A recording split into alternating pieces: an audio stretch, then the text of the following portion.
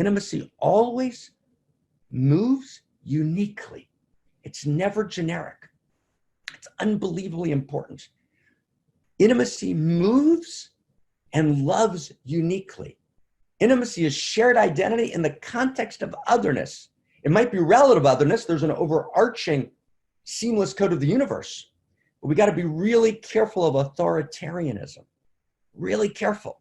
We're actually using surveillance methods that actually create a police state to track and trace the virus.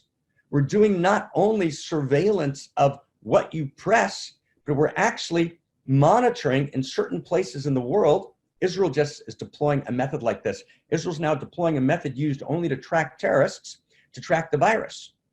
So if we put those methods in place, we got to be very, very careful that they don't become habit and remain in place. That's how South Korea and that's how China dealt with the virus. There's a tracking and tracing set of methods.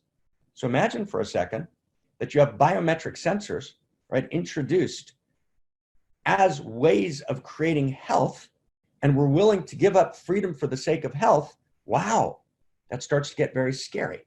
So we've got to be very careful here. At a time of catastrophe, we often move towards the authoritarian, right, towards martial law. We're looking for the strong leader. Yes, we need strong leadership. But what we need more than anything is decentralized sense-making, when we actually begin to self-organize as unique self-symphonies around the world. We're looking for new forms of collective intelligence. The future is about new forms of collective intelligence. And collective intelligences never disqualify the individual, the unique individual, the irreducibly unique individual.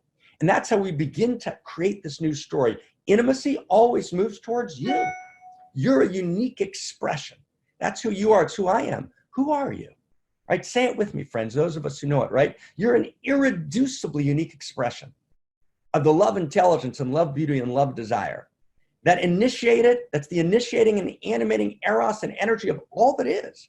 That lives in you, Ariana, that lives in you, Nikki, that lives in you, Mark, that lives in you, Christina, that lives in you, right? In you, right, my friends?